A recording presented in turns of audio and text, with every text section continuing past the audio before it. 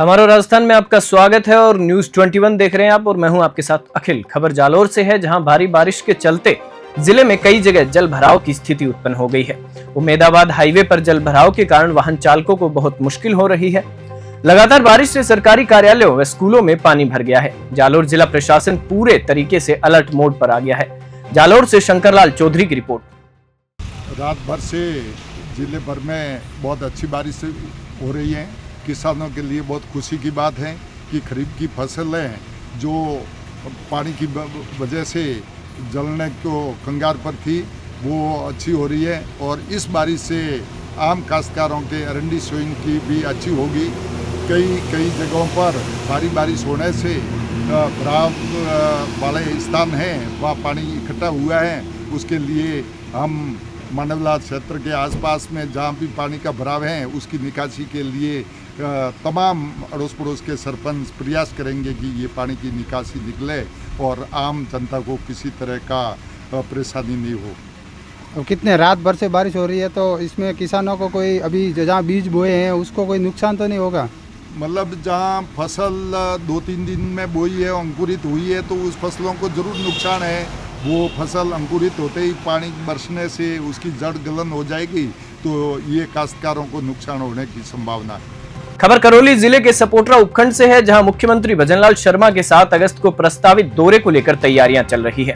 CM 7 तारीख को नागेश्वर धाम में एक विशाल जनसभा को संबोधित करेंगे। इस संबंध में आज स्थानीय विधायक हंसराज मीणा ने तैयारियों का जायजा लिया। विधायक हंसराज मीणा ने सभा स्थल का जायजा लेते हुए बताया कि सीएम के दौरे को लेकर आला अधिकारियों को दिशा निर्देश दिए गए हैं। इस दौरान सभी अधिकारी मौजूद रहे। करौली से नवीन शर्मा की रिपोर्ट।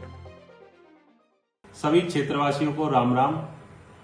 7 अगस्त बुधवार हरियाली तीज के दिन प्रदेश के यशस्वी मुख्यमंत्री श्री भजनलाल जी शर्मा सपोटरा विधानसभा के श्री मीनधाम नारेश्वर मंदिर पहुंच रहे हैं। अतः आप सभी क्षेत्रवासियों से अपील है कि आप सभी ज्यादा से ज्यादा संख्या में पहुंचकर कार्यक्रम को सफल बनाएं। कार्यक्रम में एक पेड़ मां के नाम वन महोत्सव कार्यक्रम का शुभारंभ होने जा रहा है, जिसके तहत पूरे प्रदेश में सघन वृक्षारोपण किया जाएगा।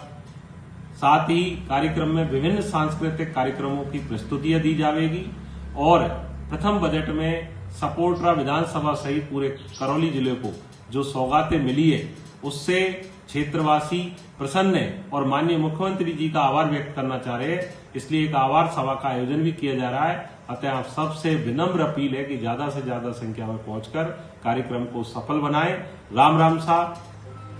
खबर सूरतगढ़ से है, जहां प्रदेश व्यापी आह्वान पर कांग्रेस पार्टी ने उपखंड कार्यालय पर धरना दिया। बता दें कि ये धरना भाजपा सरकार के विरुद्ध मूलभूत सुविधाओं को लेकर किया गया। सैकड़ों की संख्या में कांग्रेस कार्यकर्ताओं ने ब्लॉक अध्यक्ष परसराम भाटिया के नेतृत्व में सरकार के खिलाफ जमकर नारेबाजी की। पीसीसी सदस्य गगन वेंडिंग ने बताया कि नारेबाजी के बाद उपखंड अधिकारी को मुख्यमंत्री के नाम ज्ञापन सौंपा गया है। ज्ञापन में बताया गया कि अघोषित विद्युत कटौती, बिजली दरों में बढ़ोतरी, पेयजल समस्या, सड़क नालों की सफाई, स्ट्रीट लाइट बंद आदि मूलभूत सुविधाओं को लेकर विभिन्न समस्याओं का फौरन समाधान किए जाने की मांग की है। सूरतगढ़ से गोविंद भार्गव की रिपोर्ट। हो रही है, लोग तरह तरह के मारामारी कर रहे हैं। बिजली जब मर्जी है काट देते हैं, मर्जी है कट लगा देते हैं और पूरे दिन में लगभग कोई 20 बार लाइट कटती है। लोग इतने बच्चे परेशान हैं तो बहुत बुरी हालत है। अभी आजकल में जो बारिश हुई है थोड़ी बहुत हुई है और वाटर बक्स में बिजली में हमने कभी 10 बार धरने प्रदर्शन दिए। आपने भी देखें, हमारी हर समस्या के लिए जब जाते हैं बिजली विभाग में, जलदाय विभाग में, सम्मान करवाना होते हैं कि हमारे पास सम्मान नहीं है। दूसरा नगर पालिका में जो नालियाँ हैं बड़ी पड़ी है, कचरे से जगह जगह कचरों के ढेर है और उनको 2-4 बार धरना प्रदर्शन भी हमने किया है, 2-2 दिन का टाइम भी दिया है। फिर ये हालत बहुत गंदी है। ईओ बैठते नहीं, चेयरमैन अब आए हैं तो देखते हैं 2 दिनों में क्या करते हैं। हमने 5 दिन का टाइम दिया है एडीएम साहब को, तीनों डिपार्टमेंट को बुला के और हमारी बैठक की जाए और नहीं है तो हम लगातार धरना प्रदर्शन करेंगे। हमारी बिजली पानी की शहर के ग्रामीण क्षेत्र में सबसे बहुत बुरी हालत है और बार धरना प्रदर्शन देने के बाद व्यवस्था सही नहीं होगी। अगर यही 5 दिन बाद नहीं हुई तो हम यहाँ लगातार धरना प्रदर्शन करेंगे। जो राजस्थान के अंदर एक चरमराई हुई व्यवस्था है उसके खिलाफ हमने धरना देकर ज्ञापन सौंपा है कि जल्द से जल्द इन समस्याओं का समाधान करवाएं, वरना हमें आगामी आदेश पर उग्र आंदोलन करना पड़ा तो भी हम पीछे नहीं हटेंगे। अब खबर टोंक से है, जहां उनियारा उपखंड क्षेत्र में कल रात्रि से प्रारंभ हुई बारिश ने जनजीवन अस्त व्यस्त कर दिया है। स्थानीय बांध भरने के कगार पर है। वहीं उनियारा पुलिस थाना परिसर, नगर पालिका, बिजली विभाग सहित बस स्टैंड पर 2 फीट तक पानी भर गया है। नगर फोर्ट, नैनवा मार्ग, बनेठा से टोंक मार्ग भी पानी के उफान के कारण बंद हो चुका है। ग्रामीण क्षेत्रों में भी देवरी, बामनिया, बैरवा, ढाणी टापू बन चुके हैं। वहीं ककोड़ जीएसएस में पानी भरने के कारण 6 गांवों की विद्युत सप्लाई भी बाधित हो चुकी है। वहीं अत्यधिक बारिश से बीसलपुर पंप हाउस ककोड़ में रखे दर्जन से अधिक प्लास्टिक के पाइप भी पानी में बह गए हैं। टोंक से राजेश सेन की रिपोर्ट। बारिश होने के कारण सुबह में उठा तो फर्स्ट पेड़ी तक पानी था। मेन गेट के बिल्डिंग के अंदर पानी घुसने की संभावना हो गई थी। लाइट कैसे भी करके आईएल साहब को बताया, लाइट बंद करवाई। लाइट बंद करवा के हमने सब मेन ब्रेकर बंद किया। मेन ब्रेकर बंद करके सारा सिस्टम बंद करके और अधिकारियों को सूचना दी, ग्रुप में डाला वीडियो ये, और एक्शन साहब एसी साहब को बताया, अवगत करवाया। लाइन मैन सब कर्मचारी यहाँ पर आए और पानी बहुत ज़्यादा भरा हुआ था। हर साल बढ़ता है, इस बार काम हुआ था जो भी कुछ ढंग से काम नहीं किया जीएसएस का। कहीं तार वार भी टूटे हैं क्या जीएसएस के? कुछ नुकसान भी हुआ? जीएसएस पे तो कुछ भी नुकसान नहीं हुआ, सिर्फ पानी वानी भरा हुआ था। बोल रहा हूँ, कल जो आई अचानक जो भारी मूसलाधार जो बारिश हुई थी, उस बारिश में हमारे ककोड़ पंप हाउस पर जो जल जीवन मिशन के अंतर्गत 464 गाँवों का जो पाइपलाइन और अन्य आइटम जो यहाँ पर रखे हुए थे, वो इस बारिश के इस नाले के जो पानी था यहाँ से जो बहुत भारी मात्रा में निकल रहा था, पंप हाउस के चारों तरफ पानी पानी हो गया था।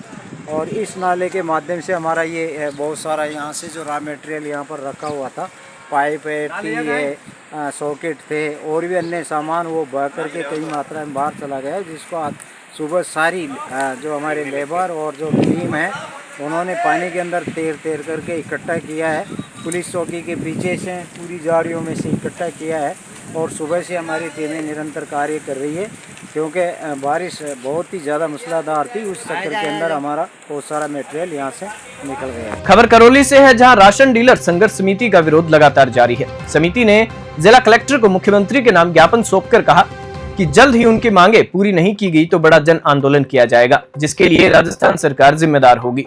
गौरतलब है कि उचित मूल्य दुकानदार 1 अगस्त से 4 सूत्रीय मांगों को लेकर कार्य बहिष्कार कर रहे हैं, लेकिन डीलर्स की मांगों पर फिलहाल सरकार द्वारा कोई विचार नहीं किया गया है, बल्कि सरकार ने राशन डीलर्स को ठेंगा दिखाते हुए उनके स्थान पर जीएसएस एवं अन्य संगठनों के द्वारा राशन वितरण करने के आदेश जारी कर दिए हैं, जिससे आहत होकर उचित मूल्य दुकानदार रामेश्वर मीणा की सदमे के कारण मौत हो गई। समिति ने परिजनों को 50 लाख रुपए मुआवजा एवं सरकारी नौकरी की मांग की है तथा जल्द से जल्द डीलर्स की सभी मांगों को पूरा करने की मांग उठाई है। करौली से नवीन शर्मा की रिपोर्ट। खबर टोडा भीम से है, जहां सावन के तीसरे सोमवार पर उपखंड क्षेत्र के शिवालयों में शिव भक्तों का सुबह से ही तांता लगना शुरू हो गया।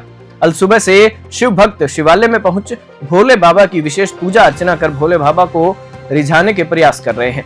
इस दौरान कस्बे के डूंगरपाड़ा में जलदाय विभाग कार्यालय में स्थित मंदिर शिव गंगेश्वर महादेव मंदिर में भोले बाबा की विशेष पूजा अर्चना कर अभिषेक किया गया। इस दौरान भक्तों द्वारा लगाए गए बम बम भोले के जयकारों से शिवालय गुंजायमान हो गया। सावन महीने में शिव भक्तों के द्वारा भोले बाबा की विशेष पूजा अर्चना की जाती है और भोले बाबा को पंचामृत स्नान आदि कराकर बेलपत्र चढ़ाकर श्रृंगार कर रिझाने के जत्न किए जाते हैं। टोडा भीम से महेंद्र कुमार जोशी की रिपोर्ट। खबर नागौर से है, जहां राशन डीलरों की प्रदेश व्यापी हड़ताल चल रही है। डीलर मानदेय देने सहित अन्य मांगों को लेकर 1 अगस्त से आंदोलनरत है। अब उन्होंने अपने आंदोलन को तेज करने का निर्णय किया है। प्रदेश में राशन डीलर्स की हड़ताल के चलते राष्ट्रीय खाद्य सुरक्षा योजना के लाभार्थियों को गेहूं नहीं मिल पा रहा है। राशन डीलरों ने अपनी लंबित मांगों को लेकर 1 अगस्त से अनिश्चितकालीन हड़ताल शुरू की थी। राजस्थान राज्य राशन विक्रेता संघर्ष समिति के बैनर तले नागौर जिले भर के राशन डीलर अपनी लंबित मांगों को लेकर हड़ताल पर हैं। 30,000 रुपए मानदेय, 2% छीजत देने, बुजुर्गों और दिव्यांगों को डोर टू डोर राशन देने की योजना को बंद करने, 8 महीने से बकाया कमीशन देने सहित अन्य मांगों को लेकर नागौर के राशन डीलर हड़ताल पर है। ये राशन डीलर लंबे समय से अपनी मांगों को सरकार से पूरा करवाने के लिए संघर्ष कर रहे थे, लेकिन सरकार ने उनकी मांगों को लेकर अब तक कोई सुनवाई नहीं की है। वहीं 1 अगस्त से हड़ताल पर होने के बावजूद अभी तक सरकार की ओर से वार्ता के लिए कोई भी न्योता नहीं आया है। सरकार हमसे वार्ता करे और हमारी समस्याओं को निपटाए ताकि आम जनता को होने वाली परेशानी भी दूर हो सके। नागौर से ब्यूरो चीफ मोहित रांकावत की रिपोर्ट। तो क्या मांगे है आप लोगों की? हमारी प्रदेश स्तरीय कमेटी समिति है, थोड़ा बात तेज बोलो। प्रदेश संघर्ष समिति के आह्वान पर हम 1 अगस्त से हड़ताल पे हैं और उसके मुख्य मांगे हैं, जो हमारी मेन मुख्य मानदेय है 30,000 रुपये और 2% सिज्जत, और अभी तक का हमारा जो कमीशन है रोका हुआ वो अभी तक बकाया है, वो लेने के लिए। राशन डीलर की हमारी मुख्य मांग ये है कि हमारे को कम से कम 30,000 रुपये मानदेय सरकार दे, और जो गेहूं में 2% चीज़त पहले भी हमें देते थे और अब भी बंद कर दी है, वो चीज़त वापस चालू करें 2%, और जितना भी हमारा बकाया कमीशन है आज तक का वो हमें दिया जाए, बाकी कमीशन है वो दिया जाए। इसलिए पूरे राजस्थान में हमारी राशन डीलर संघर्ष समिति के आह्वान पर पूरे राजस्थान के राशन डीलर हड़ताल पर है। जब तक हमारी मांग नहीं मानते हैं तब तक हम हड़ताल पर रहेंगे। आपका शुभ नाम? मेरा नाम सरवण राम है, राशन डीलर श्रीपाला जी। खबर अजमेर जिले के अराई उपखंड क्षेत्र से है, जहां रविवार रात से शुरू हुई मूसलाधार बरसात ने क्षेत्र में तबाही मचा दी और गांव टापू बन गए। कासीद ग्राम पंचायत के श्री रामपुरा गांव में एक मकान ढहने से महिला और एक गाय की मौत हो गई। वहीं सांदोलिया गांव में एक मकान ढहने से 3 बकरियां मर गई। अराई क्षेत्र के गोठियाना, ढसूक, बंथली, कासीर, श्री रामपुरा, डिगारिया, तेलियान, जोरावरपुरा, झिरोता, झाड़ोल, मंडावरिया गांव में तालाब भरकर पानी पाल के ऊपर से बहने लगा, जिससे गांव में बाढ़ के हालात बन गए और जनप्रतिनिधि तथा स्थानीय प्रशासन राहत और बचाव कार्यों में जुट गया। सभी गांव का एक दूसरे गांव से संपर्क टूट गया। वहीं ढाणियों का गांव से संपर्क टूट गया है। हालात इतने बिगड़ गए हैं कि जगह जगह से तालाब के पानी की निकासी जेसीबी मशीन से करवानी पड़ रही है। हालात की सूचना मिलते ही एनडीआरएफ टीम एसडीएम निशा सहारण ने क्षेत्र में हालात की जानकारी ली तथा एसडीएम निशा सहारण, तहसीलदार सुमन गुज्जर, बीडीओ प्रेम प्रकाश मय जाप्ता गोठियाना पहुंचे तथा रेस्क्यू ऑपरेशन शुरू किया। पानी में फंसे हुए लोगों को बड़ी मुश्किल से बाहर निकाला। अभी तक राहत व बचाव कार्य जारी है। अराई से प्रकाश भगनानी की रिपोर्ट। बात जयपुर की हो और घेवर की बात न हो, ऐसा हो ही नहीं सकता। जी हां, गुलाबी नगरी जयपुर में 455 किलो का बाहुबली घेवर बनाया गया है। ये भीमकाय घेवर 5 दिन से बनाया जा रहा था, लेकिन 4 बार टूट गया। आखिर 5वें दिन बनकर तैयार हुआ है। इसमें कुल 1000 किलो घी लगा। इस विशालकाय घेवर को नगर निगम ग्रेटर जयपुर की महापौर सौम्या गुज्जर ने तीज महोत्सव के लिए तैयार करवाया है। इसे सबसे बड़े घेवर के रिकॉर्ड के लिए भी भेजा जाएगा। खास बात यह है कि इस घेवर को बनाने के लिए कड़ाही और घेवर को उठाने के लिए फ्रेम भी अलग से तैयार किया गया है।